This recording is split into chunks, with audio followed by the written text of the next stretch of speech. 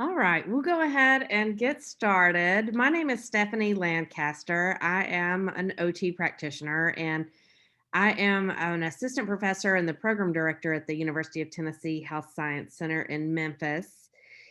And I have practiced my whole clinical career in Memphis. And along the way, I became active in an organization called the Coalition of Occupational Therapy Advocates for Diversity, or COTAD for short. And over the past several years, COTAD has really developed a number of programs. And one of those programs is the COTAD Chapters, which are the student programs. And we're going to tell you about that and talk about a partnership that TNOTA and COTAD are establishing going forward. So I'm going to let my partner in crime here introduce herself. Deanna. Yeah, so good to see everyone and welcome. We're so glad that you have joined us tonight.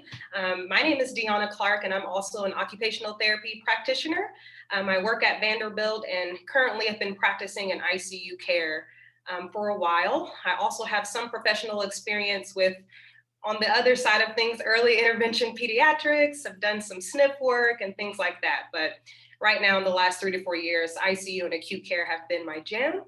I'm also the chair of the newly formed diversity committee with TNOTA, so we're really excited about that. And with that, we'll go ahead and jump in. Of course, if you are on the call live right now, if you're watching this recording, you know that TNOTA has just formed a new committee that's addressing issues of diversity, equity, and inclusion within our profession. So from this particular presentation, you can, of course, learn more about that with our committee. We're going to talk quite a bit about COTAD as well, who, as Stephanie said earlier, is kind of our leading diversity organization in our nation. And then, of course, we'll talk about the development of COTAD chapters as well. So we will jump right in. We thought it would be helpful just to talk a little bit about the history of TNOTA and then, of course, how the Diversity Committee was formed. So just a little bit of background about TNOTA. It was formed in the mid-1980s, and it is a statewide professional organization dedicated to representing the interests and concerns of occupational therapy practitioners, students, educators, consumers, and stakeholders in Tennessee. TNOTA is a volunteer-run and member-driven organization. The structure of TNOTA is that there is a hybrid of elected positions and volunteer positions, and there are 6 districts that represent our state. So we have representatives or leaders in every area of our state, and we kind of get together as a board to make sure that all of our needs are met across the state. And again, it is 100% volunteer. So I think the organization itself is an awesome thing because it's occupational therapy practitioners who are dedicated to really advocating for ourselves here in Tennessee. I would be remiss not to say that TNOTA is the primary organization in Tennessee that advocates for OTs, COTAs, and OT students. So a little plug, if you are not a member, please consider being one. We would love to have you. There are so many benefits to being a part of your state association. Of course, some of the obvious ones are CEUs and opportunities to connect with local practitioners and a myriad of things. So if you are interested, which we hope you are, head on over to tnota.org and we'll be happy to welcome you as a member if you are not already. And with that, in response to the racial unrest that we've had this year in our country, TNOTA took immediate action and formed the Diversity and Inclusion Committee.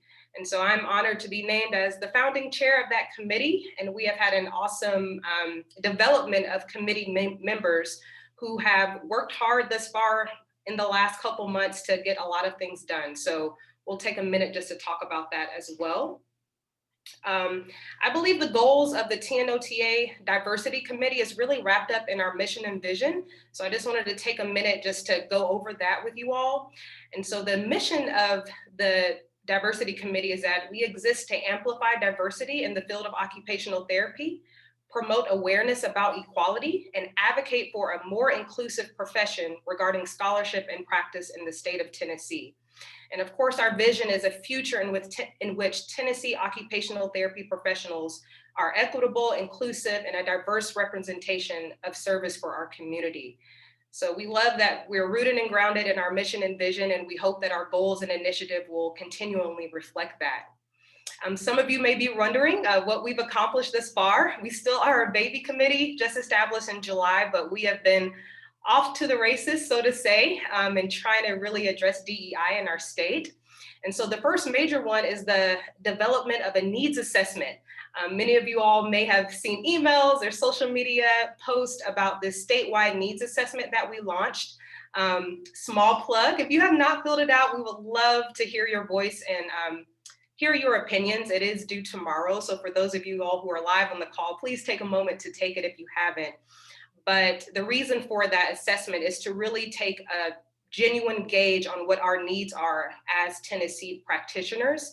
And we know inherently as occupational therapy practitioners that we don't treat the problem unless we assess it appropriately. So that is the purpose of our needs assessment. So again, if you haven't taken it thus far, we really invite you to do so. It actually closes tomorrow, November 20th. In addition to that, of course, we have been heavily promoting the development of COTAD chapters. Thus far, we have been able to establish one or help establish one chapter in Tennessee through TSU. So we're really proud of them. And through that, we're hoping to develop a more formalized program to help other programs get started as well, which is the main reason why we're here today. We've also launched an Anatomy of an Ally web series, which we're really excited about. And the purpose of that series is to address how Tennessee practitioners can come together as allies to address equity and inclusion in our field. So we actually just launched the first post for that today. So I invite you to go check it out. Again, it's on the website, TNOTA.org, and you can head over to the diversity webpage to check that out.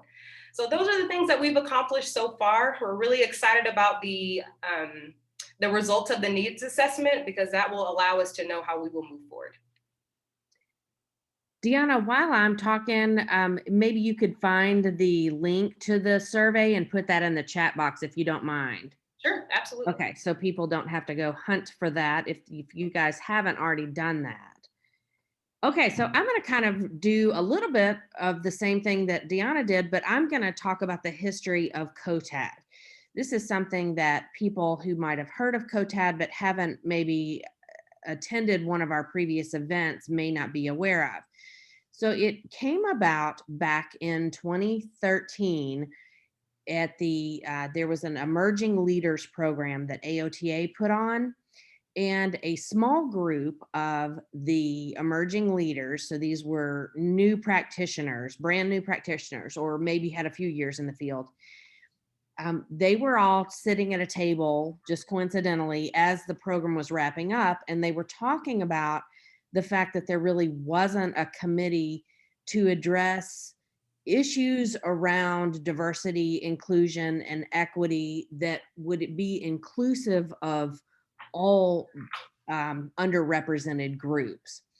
And so as they were talking, the then AOTA president, Amy Lamb, walked by and I guess overheard some of the conversation, and she sat down at the table and said that you're right, we do need something like that. And in fact, why don't you guys make that happen? If you want to form a group, you could submit and present on it at the AOTA conference and take it from there.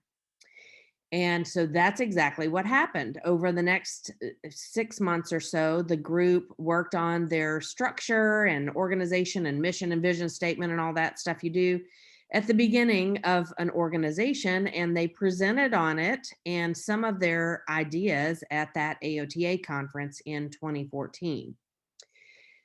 Now, I do want to clarify that COTAD is not a part of AOTA, though, even though it came out of that Emerging Leaders program. And we have done some things in conjunction with or in partnership with AOTA, but we have done that with other organizations as well. And I think it is kind of a win-win for everybody that we are a separate entity. In 2018, we established ourselves as a nonprofit organization. And so we're set up with that. And we do have an executive board. We do have a board of directors. And just a couple of months ago, we rolled out a general membership program in COTAD. So if an OT practitioner wants to be a member of COTAD, they can pay a small yearly fee and get some membership perks, including a monthly newsletter and some insider resources and insider scoop. And we're going to hold some member only events in the near future. So now, for students, though, what has happened over the past few years is one of the biggest pillars of COTAD has become the COTAD chapter pillar. In addition to that, we have COTAD Ed, which is for OT educators.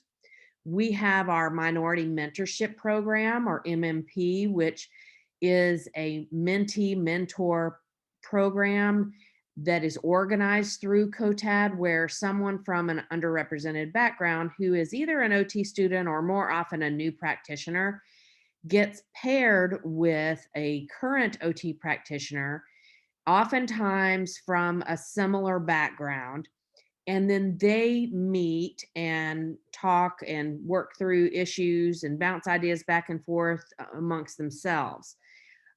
It's a fairly structured program, and we hold openings for that in the spring and in the fall. Now, more recently, around 2.5 years ago, COTAD Community was formed as the fourth pillar, and that is a volunteer effort that's organized through COTAD. And our primary mission through that is to give back to the community in which AOTA holds its large national conference every spring. And so we choose a nonprofit or some other organization in the area where AOTA conference is happening, and then work with OT practitioners and students to give back in some way to that organization or group in that community. So far, we have helped with a women's shelter. We have been involved with some elementary, middle, and high schools, and we have a plan on the books that's in the works right now already for something similar in San Diego, hopefully, if that conference becomes an on-site conference. So back to COTAD chapter, though. COTAD chapters have gotten huge over the past 6 to 12 months. There are somewhere in the neighborhood of 80 COTAD chapters. So a chapter is at a school program, an OT school program. It is for OT students and is run by students with the help of one or more faculty liaison or mentors. Now, some schools do set up their COTAD chapter so that it is part of their SOTA organization. In fact, in the program where I work, which had the first COTAD chapter in the state, that's what we have done.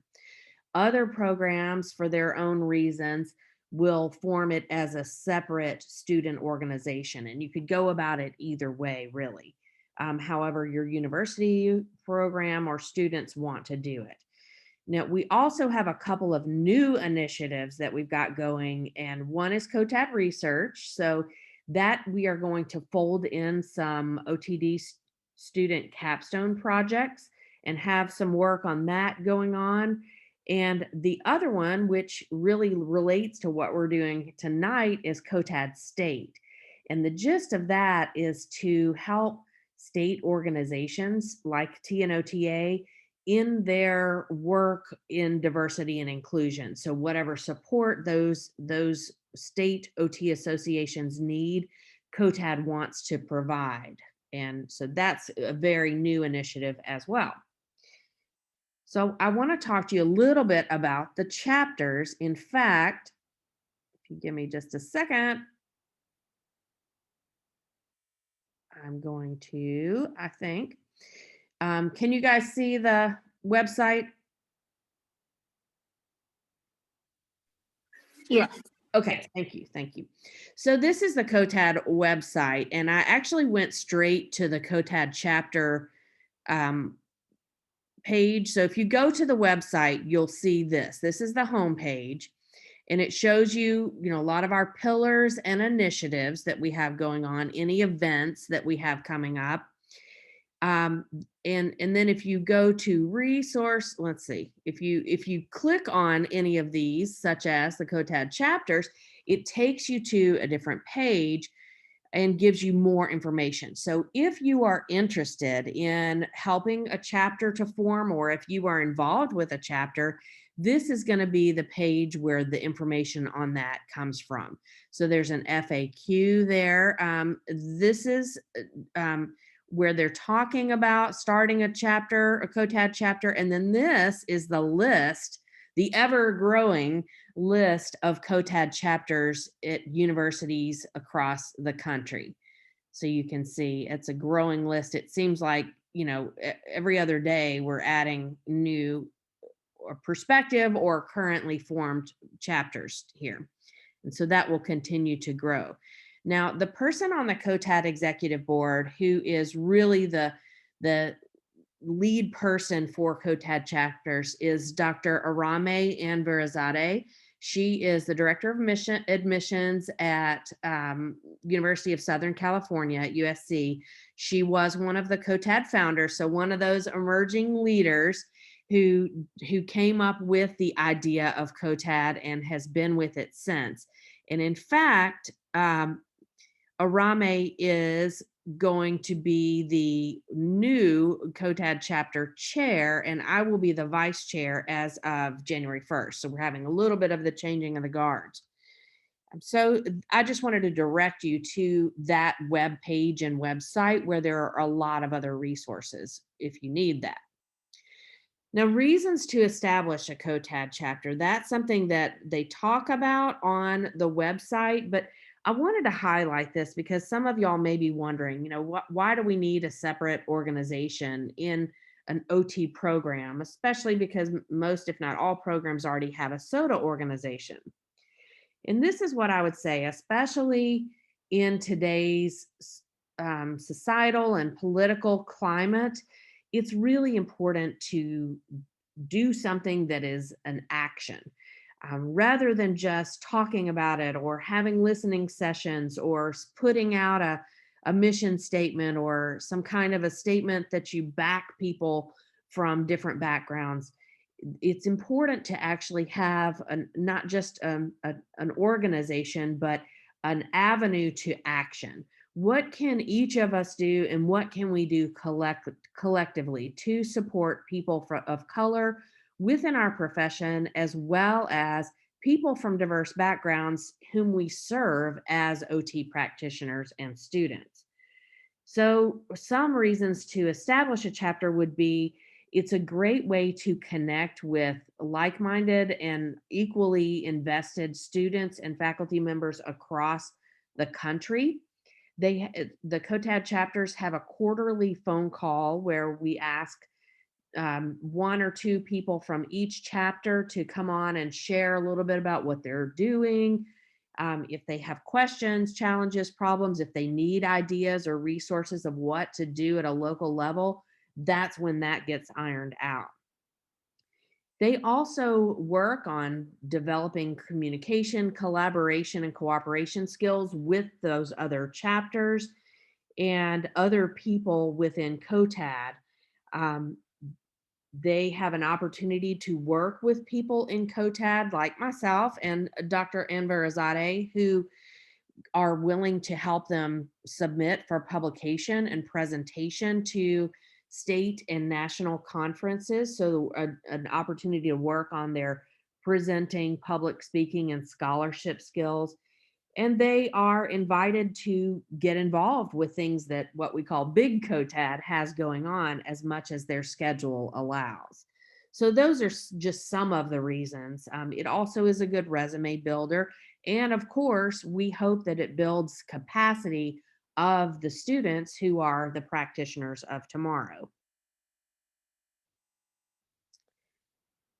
Now, I'm looking to see one of the students that I teach, and the student from our campus who is currently the chair of our COTAD chapter at UTHSC is going to speak in just a minute about what's going on in the UTHSC COTAD chapter, just to give you an example of what some of that looks like from that standpoint. I want to give you a little bit of a background on that UTHSC COTAD chapter, though, before Allie talks. This chapter was formed officially just over a year ago, about a year and a half ago. For about a year prior to that, we had what we were calling just a diversity committee within SOTA. And I think that was a good starting point for us. And COTAD chapters were still being developed at that time. And when we realized the benefit of being connected on a more national level and even a regional level, as well as more connected to the big COTAD, we just morphed into a COTAD chapter. And we have found that to be a good benefit. So I'm going to invite Allie Nance, who is a current OT student, to talk a little bit about what she's got going on in the COTAD chapter at UTHSC. Thank you, Dr. Lancaster, and good evening, everyone. My name is Allie, and I am the current COTAD chapter chair at UT Health Science Center. And so I'm just going to highlight a few things our chapter has participated in this year. So our previous chair, Erica Smith, and her committee organized student participation in King Day, which was a birthday celebration for Dr. Martin Luther King Jr. And this took place in January.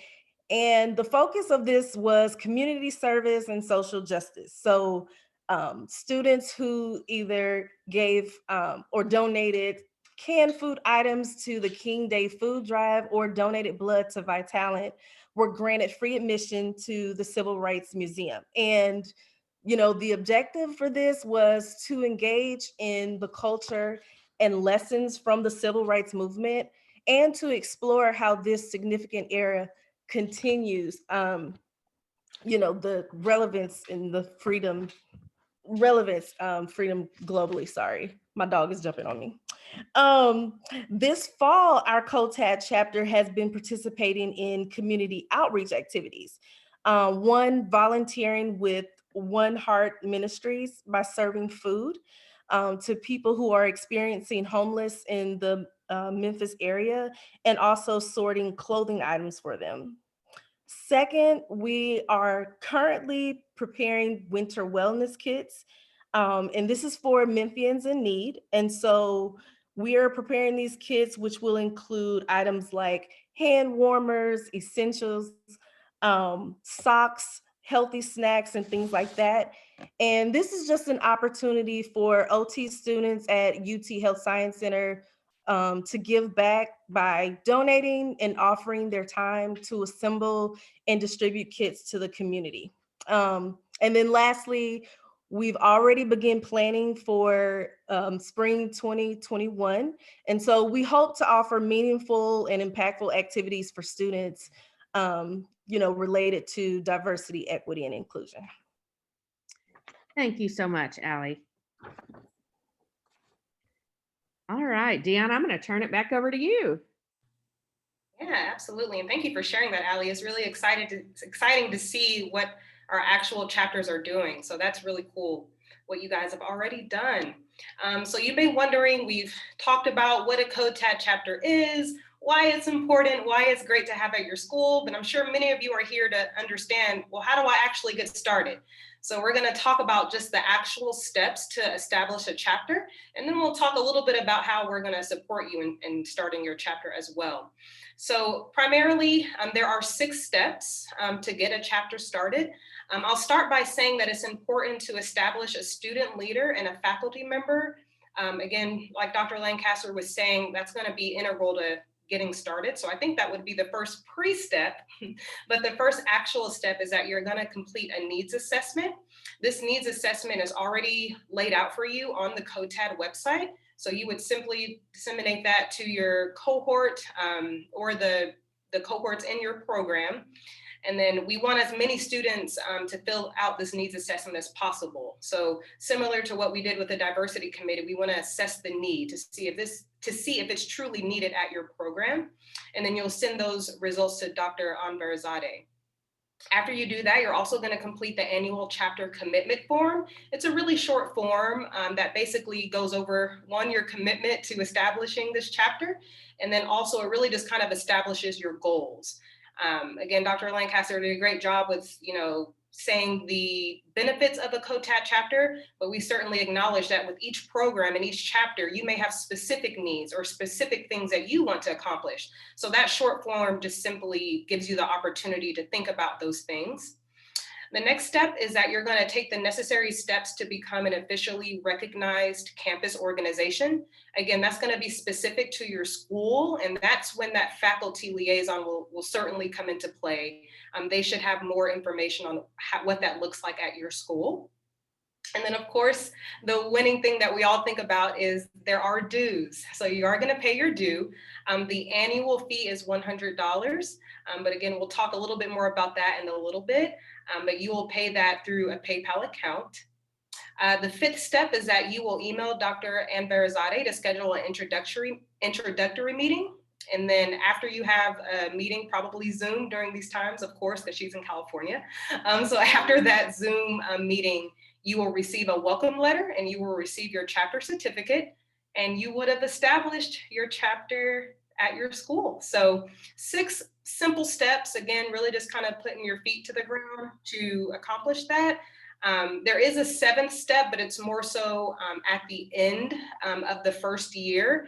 So the 7th step is you're going to have the chapter chair fill out a chapter transition form, and then you're going to schedule a meeting with Dr. Anverizade again, just so that she can help you facilitate a smooth transition of power, so to say, because we understand that with our student leaders are going to be graduating, perhaps going into their clinical year. So we just want to make sure that that transition goes really smoothly. And that is how you establish a COTAD chapter.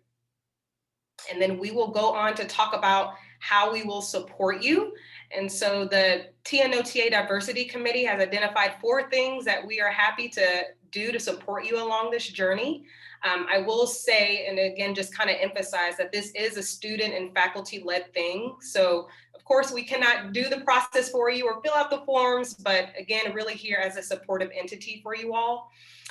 So again, we're offering just an initial setup meeting. I'm happy to, or one of our diversity committee members can chat with you via Zoom, kind of talk about the process as we just did, identify any barriers or anything that you feel may be a challenge, and we're happy to just kind of talk through those things with you. And then the big one is that TNOTA has agreed to help financially. So as a board, we will pay for 50% of your initial annual fee. So that is $50 that we will pay towards your $100 fee, only just for your initial fee to help get you started. And that's through reimbursement. And so we're really excited about that. From what I've heard, and Dr. Lancaster, please correct me if I'm wrong, I haven't heard that that's been even done before. So we're really excited and hoping that that financial support will also help you all get started. And then we are committed to just following up with you all. Of course, we know establishing a chapter is one thing, but we want to make sure that you have a good running start. So we will provide monthly check-ins for the first 6 months just to see how you're doing and if there's any, again, barriers that we can help you navigate. And then COTAD innately does the last thing that we're going to help with as well in terms of kind of creating that COTAD chapter community. But as a committee, we're committed to helping kind of bridge that gap across our state. So we already have a COTAD chapter in Memphis. We got one at TSU. So as we get more chapters, we would love to join together, maybe for a social event, throughout the year. And we don't want to just say in silos in our programs, but we want to see how we can connect across the state. So the diversity committee will help facilitate that. But the key to that is getting more chapters formed. So we're really excited and hopeful that this can be a community that we can help develop.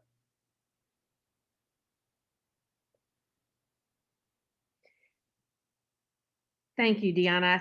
It's so exciting to think that Tennessee is a front runner in this process, not only with that financial commitment to chapters that are in formation and come to fruition, but also in the support that your committee is offering. And I think that's really a valuable thing that schools and students can take advantage of. There are other potential collaborations between TNOTA and COTAD chapters, or from between two chapters. One thing that I think the pandemic has led us to do much more often than we were doing before is to connect with each other like we're doing right now via Zoom or, another similar platform, so that we don't have to wait until we're all in the same city or our schedules are exactly the same. As long as we can make it where, we can get on the call together, we can be anywhere. We can be coming from work or on a lunch break or, on a day off even. And so we would like to think about how the chapters could work together on a presentation for TNOTA conference. We even could put together a panel discussion for that conference. We can look at doing a committee or a panel discussion with maybe the committee members on the TNOTA DEI committee, and having students just ask them questions. Or we could have a brainstorming session where we're really thinking about what each of us can do to make our profession better through targeting issues in diversity, equity, inclusion, and justice. And so I want to share a couple of other things that are about to be going on, and then we'll open the floor for questions or comments. One is there is one of the big things COTAD has been working on over the past 7 or 8 months is our Ignite series. And this is a series of free online events that are open to everyone that focus around discrimination, racism, and similar problems for people from untapped or underrepresented groups.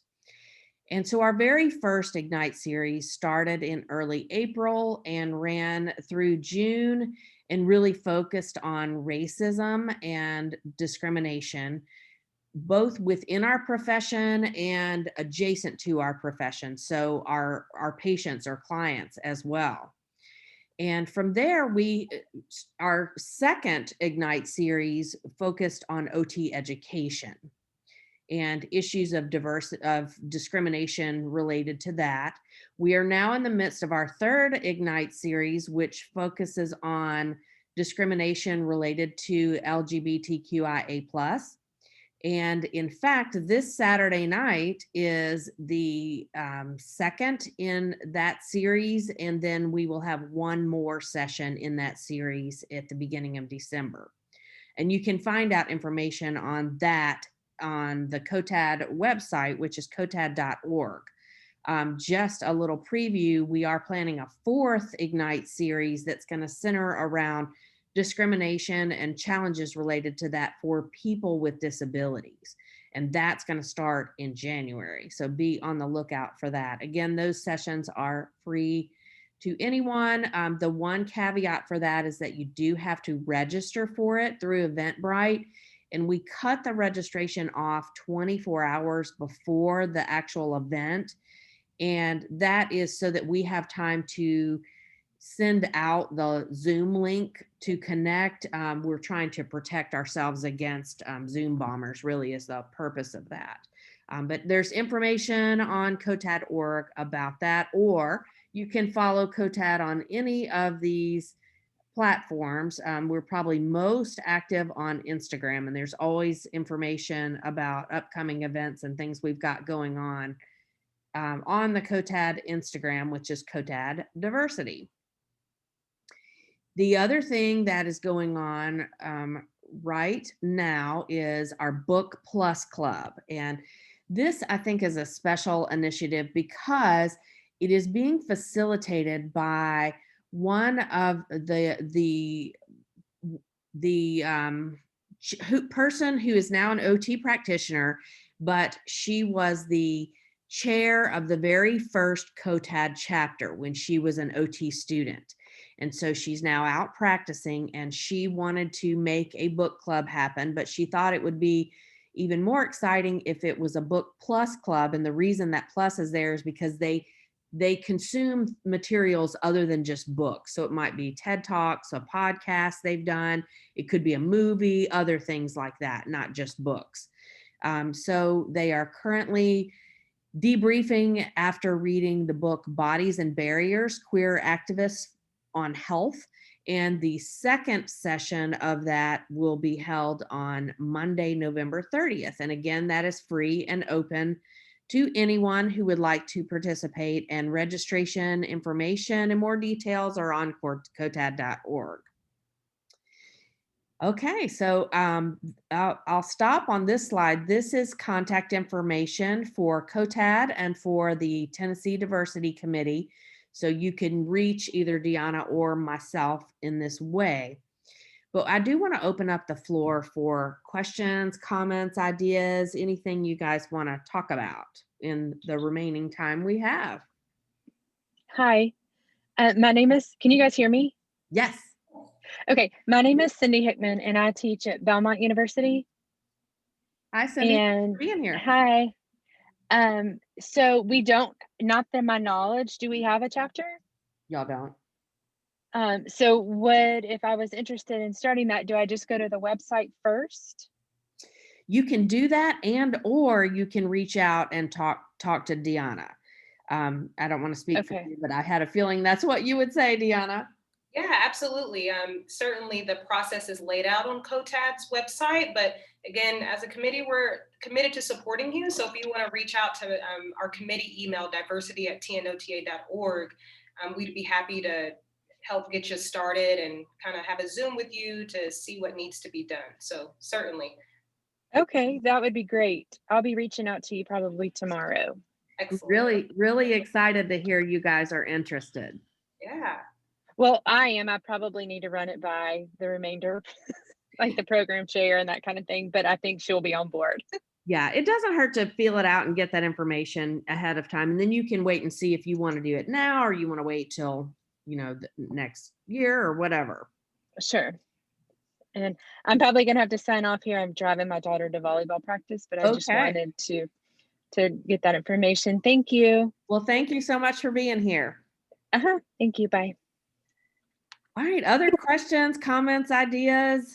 Yeah, my name is Brittany. I am actually a new faculty member at UT Chattanooga, and I don't think any of our students are on tonight. I had emailed a couple to see if they could make it, but I think one of my questions, and I would love to hear from Allie too if she's still on. Mm-hmm. I think the students are excited about it and think that this would be something great to do, but also are like, are you kidding me? You're giving me one more thing to add to my plate. And so I would love to hear from a student's perspective, how you guys have traversed those waters.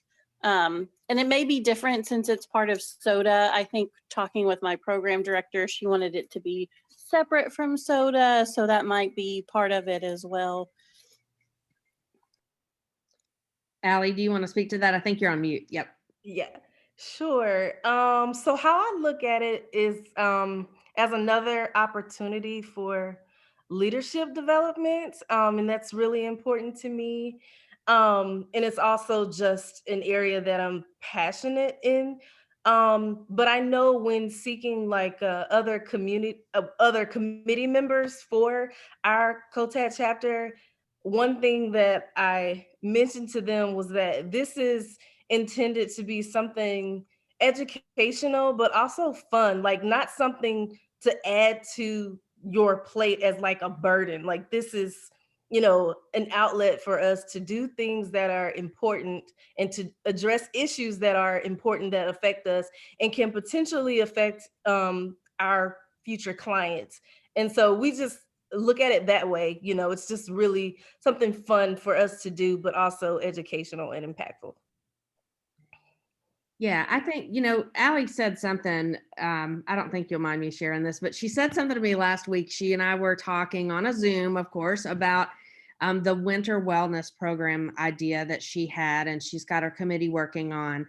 And she said, you know, it's fun. It is fun doing that. I look at it as something that kind of fills the cup of students rather than draining it if it's done right. And your COTAD chapter group could choose to be really active, or they could be, you know, kind of ease into it a little more. Some chapters do things every 3 or 4 weeks. Some do things every quarter. Some do it every semester. I mean, you could even just have the members of that attend, like the COTAD Book Plus Club. They could just, you know, show up together at that, or go to the Ignite series and then meet as a small group after it and talk about it. You know, just as an example, you know, I think for me, one big thing about COTAD that sets it apart from some of the other things students tend to do in OT school is it's more focused on the learning and professional and sometimes personal development and growth of students than it is on us telling people what OT is, or, you know, providing OT services to the community. We're not doing that as much as trying to learn how to be more inclusive, and how to, you know, address our biases, and how to eventually serve a more diverse community of clients. So that's really the big goal of COTAD chapters. So I don't know if that helps, but, you know, if your students wanted to, I'm sure Allie would talk to them, or, you know, we have a number of students in COTAD chapter leadership positions that you guys could talk to about that. Yeah, that's really helpful. Thank you both. Yeah, and I was just going to briefly add to, you know, I certainly understand the potential perceived burden of taking something on or starting a whole new chapter or said organization. But that's why, you know, we're hoping that with the committee, we can support you through that and just provide some type of alleviation that way. And then again, Stephanie, you may be able to speak to this a little bit more, but I did have the opportunity to sit in on the initial meeting with TSU with Dr. Anverizadeh. And from what I learned from that, they have built in quite a few things in just having a COTAD chapter that is very supportive. So they'll get access to a myriad of resources with other, you know, veteran chapters around the nation, not just in Tennessee. And I got the sense that it was really supportive in that way. It's certainly not something that is intended to kind of get you out on an island and kind of doing things on your own. It's a connection to COTAD chapters, not only in the state, but around the nation. So maybe communicating that to them, that they're going to be well supported through that. I appreciate you saying that. And on those quarterly calls that, you know, that faculty is welcome, and, you know, a representative from each COTAD chapter is welcome. And we brainstorm and share ideas, and the students that are with those chapters come up with the most brilliant, innovative ideas for things.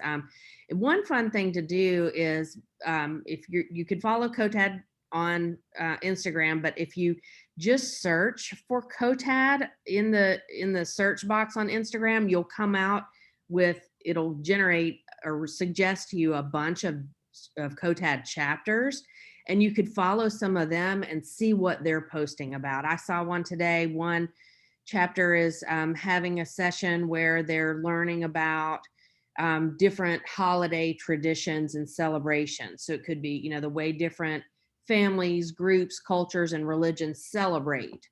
And that's what they're learning about. Sometimes they'll have a potluck and people can bring, you know, dishes from their family heritage, you know, that sort of thing. So there's tons of different things you can do. And it doesn't have to be all reinventing the wheel. Hey, can I chime in? Yes, please.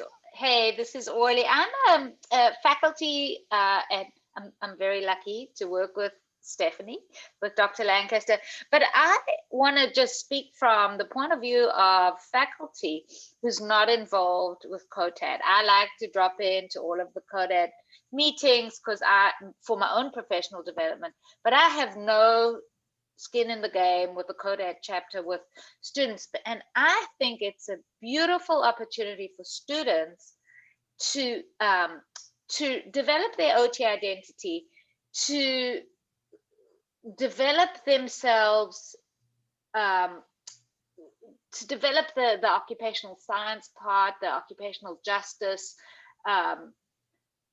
to be engaged, but without necessarily the faculty, like always having to answer back to the faculty. It's not like, not to say that they don't have to demonstrate professional behaviors. Of course they do, but they don't have to do it for a grade. They don't have to do it because they were told to do it. And so it's kind of like feeling, the way that I see it is students get an opportunity to really engage in the profession, but with a little bit of independence. They're still coached.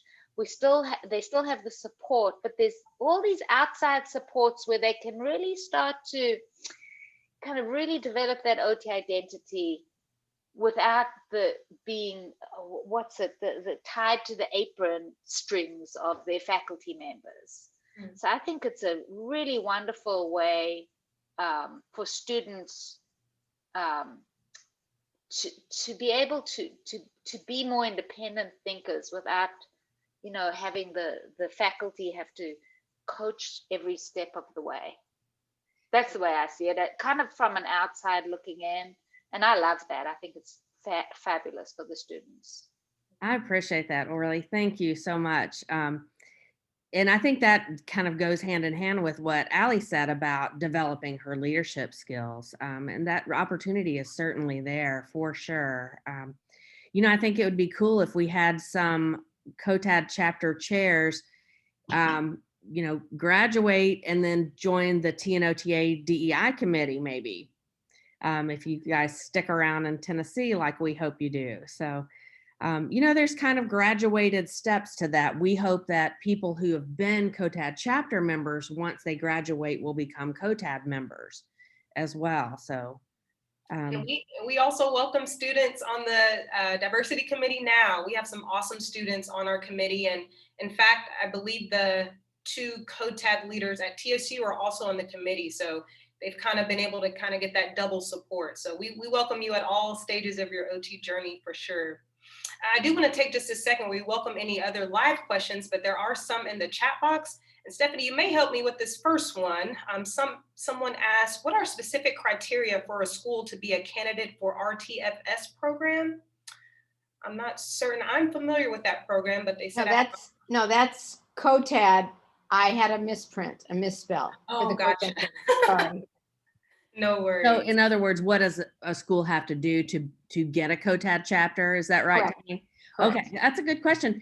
I actually was thinking that when Deanna was talking about doing that needs assessment as the very first step of COTAD, I can't imagine either an OT program that wouldn't need something to target diversity, inclusion, and equity. And a COTAD chapter is, an already set up way to do that. So there's really not really any criteria. And if it's an OT program, it's eligible. We just feel like going through the needs assessment is an easy one. It's not like a big, long, one you might do for starting a business or something. I mean, you can do it in 20 or 30 minutes, I think. But it really is helpful, I think, in helping the students understand what it's like to start a new group and then to lead it, because we want them to come up with specific objectives for their committee. We don't want them to just meet to meet. And then we want them to evaluate how did you do on those objectives? Just like you do in the OT process. So I think it's all part of the learning process for the students, is really more the reason we have them do that needs assessment than actually thinking there might not be a need. That's a good point. And then she also asked, are OTA programs included in COTAD? Oh, yes, absolutely. Yes. You notice the way in the title of COTAD, they intentionally put occupational therapy advocates. So, anybody that's affiliated with OT that wants to be an advocate for diversity, it can be part of that. Definitely. We would love to have some OTA programs in our state.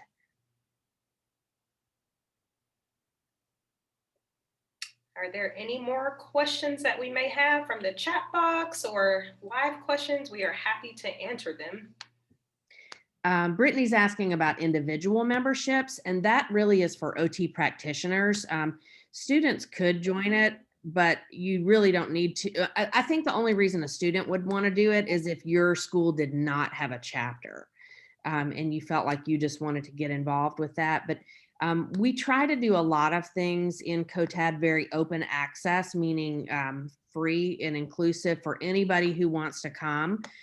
We recognize that there are a lot of financial constraints that each of us have, especially right now, but nobody has lots and lots of extra money to go to conferences or online stuff. And so we try to make that very open access. However, people who are wanting to be a little more active and get some more information can become members. And so that information is on the website. That's again, that we just rolled that out October 1st. So it's still sort of in the works, but you get extra perks and resources as a member. Is membership included in our AOTA membership? No, because we are not part of AOTA. We are not that affiliated with them. We are in partnership with them and NBCOT and many other organizations, but we're a separate nonprofit.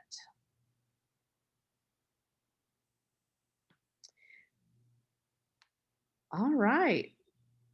Well, you guys have our contact information, and this presentation will be posted actually on the TNOTA website. So if you would like to, access it later, or if you know somebody else who couldn't be here tonight, they're welcome to view it later and contact either or both of us at any time. And we hope to see more, I hope a year from now, we have a slew of COTAD chapters in the state. I think it'd be a good goal to even have a handful before TNOTA conference. And then, hopefully we'll be in person for that conference this next time around. And we can have, a breakout session for the people in the chapters who are there. And maybe we'll have a panel that we can, of people from diverse backgrounds that can talk about challenges and we can brainstorm about solutions. So I think that would be real action, and that's what we need in today's world. Yeah, absolutely. And I'll just say I'm really excited to support our students. I think the heart of this presentation, the heart of COTAD Chapters, is to make sure that we're starting at the root.